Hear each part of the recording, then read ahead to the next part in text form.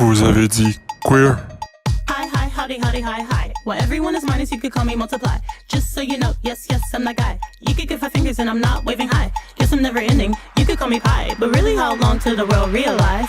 Yes, yes, I'm the best, fuck what you heard. Anything less is Obviously absurd. haters get the bird, more like an eagle. This is my movie, stay tuned for the sequel. Seems so wrong, seems so illegal. Got this in the back like a foul ball free throw.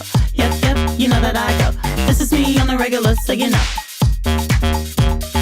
This is me on the regular, so you know. Yep, yep, you know that I go. This is me on the regular, so you know. This is me on the regular, so you know. What? Are you referring to my man's bag? At first I thought it just looked good, but it's practical too. Check it out. It's got compartments for all your stuff. Your wallet, your keys, your address book, your makeup. Selon Yves Iserbyt, les stéréotypes constituent la sphère cognitive. Ils renvoient aux diverses connaissances que les gens entretiennent à propos des différents groupes et aux caractéristiques qui les définissent. Ils conditionnent un ensemble d'émotions qui, in fine, orientent les conduites. Chaque société, se définissant par une culture, des normes et des valeurs communes, fait naître un ensemble de stéréotypes et de standards. Ces stéréotypes entretiennent un aspect caricatural, généralisateur, voire même superficiel, parfois renforcé par la pratique de designer. Cette dimension généralisatrice a vu le jour avec le modernisme, mouvement social et culturel à cheval sur les 19e et 20e siècles, qui est associé à la modernité et aux révolutions industrielles qui l'ont accompagné. Cette volonté de progrès et de réforme sociétaire s'est exprimée par l'intermédiaire d'une standardisation et d'une production de masse accrue.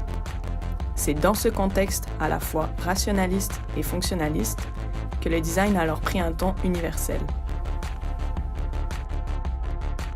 Le design, c'est cette activité de prospection, d'anticipation, cette réponse matérielle et sensible à une problématique s'inscrivant dans un contexte à la fois social et culturel. Pour Highmore, c'est un intérêt, un goût particulier pour le quotidien, les problèmes qu'il engendre et la relation qui joue les objets. C'est même, selon Julier, cet intérêt pour la dimension immatérielle de la matérialité. S'inscrivant dans une volonté de résolution de problèmes, le design démontre une nature universalisante par sa pratique même, c'est-à-dire celle de répondre à des problématiques tangibles affectant le quotidien de ses usagers. C'est en considérant la pratique qu'on constate que la culture du design, ainsi que la tâche de designer, est sensible du fait d'une responsabilité sociale complexe due à sa grande proximité avec la vie quotidienne. L'approche universaliste du design standardise les besoins humains avec des objectifs qui dépassent les limites nationales. Il est parfois délicat d'apporter une solution à la fois matérielle, réfléchie et adaptée. À vouloir faire du design pour tous, pour la masse, on en fait pour personne. On vient alors créer des archétypes, se concentrer sur le quotidien d'une majorité, mais dont la réalité est loin de ceux qui sont marginalisés. La culture du design vient creuser un fossé, créer des partis pris, des disparités sociétaires. On peut alors être amené à se demander, en tant que designer, quelles sont les visions, les approches qui permettent d'adopter une démarche plus inclusive. L'approche féministe pourrait venir proposer un nouveau cadre de réflexion.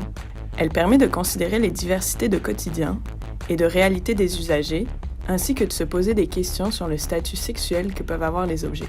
Selon Gagnon, le point de vue féministe offre la possibilité d'assumer un rôle éthique et social. Il vise une société plus inclusive et plus ouverte en proposant des produits plus en phase avec la diversité sexuelle et en limitant ainsi les stéréotypes réducteurs. Cependant, l'approche féministe peut tendre vers un caractère parfois revendicateur, trop militantiste et pas suffisamment sujet à la subjectivité du quotidien. Le féminisme se concentre trop sur l'égalité homme-femme, venant consolider une dimension binaire trop présente dans nos sociétés. Les études de genre apportent elles aussi un nouveau cadre de réflexion. Elles viennent questionner principalement l'association qu'on fait entre sexe et genre, c'est-à-dire homme-femme avec masculinité, féminité. Celles-ci permettent de mettre en lumière que le genre est une construction à la fois sociale, culturelle et historique, mais également propre aux histoires de vie et aux choix de chacun.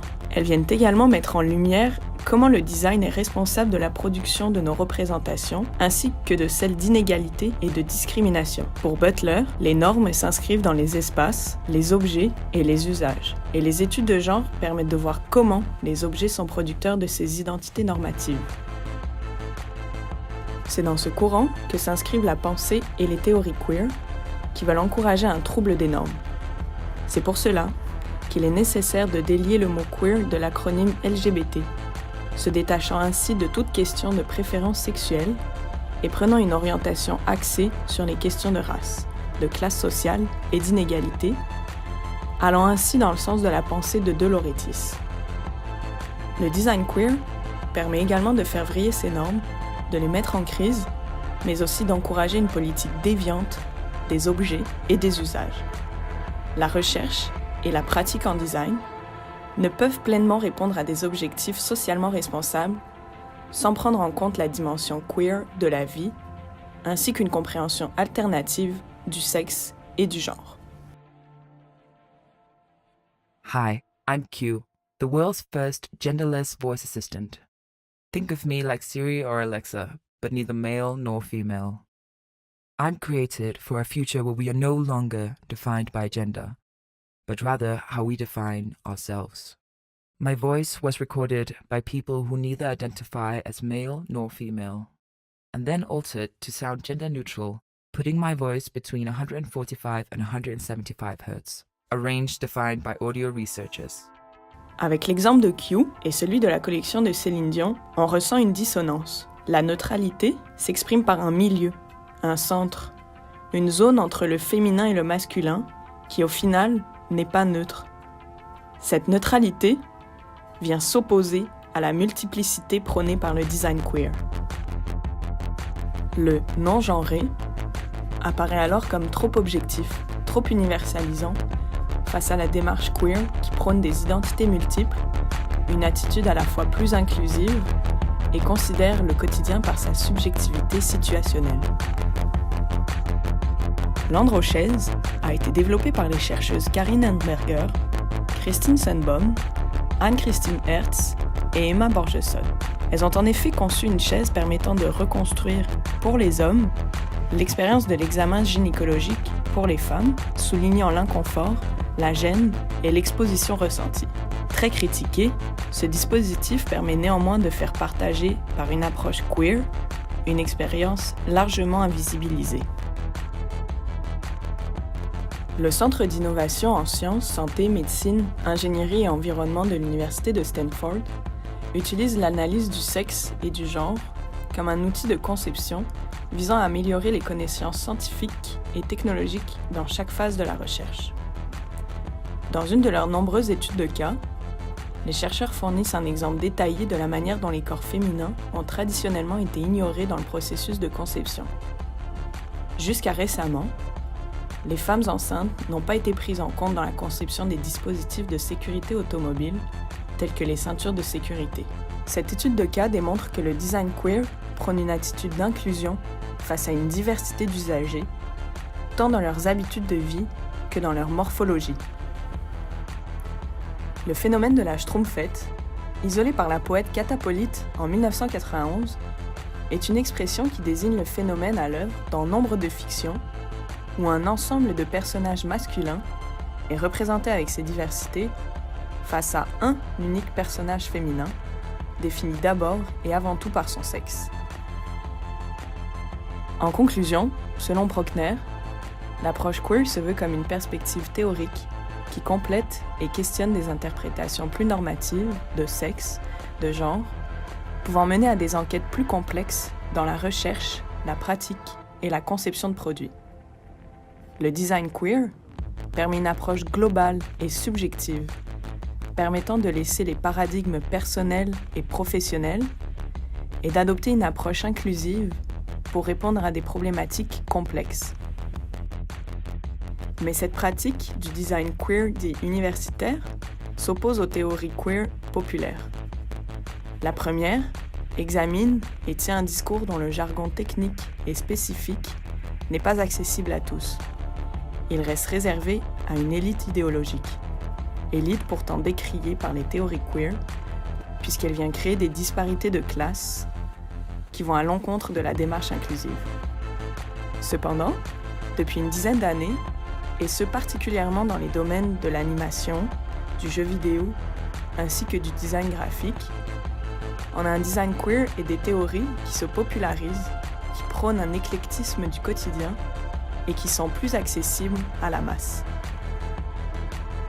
Le design queer et sa visée de déconstruction de normes devra alors faire attention à ne pas devenir à son tour la norme, la conformité. L'approche queer pourrait encourager une démarche, permettre aux designers d'arriver avec de nouveaux outils de conception, de nouvelles grilles de lecture du quotidien, une démarche, une attitude encore plus centrée sur la subjectivité de l'usager. Vous avez dit queer?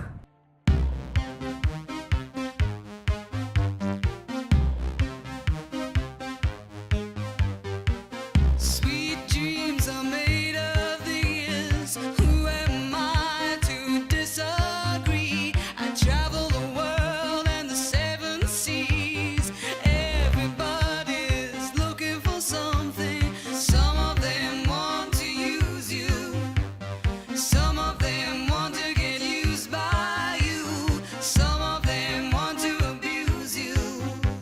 Some of them want to be abused.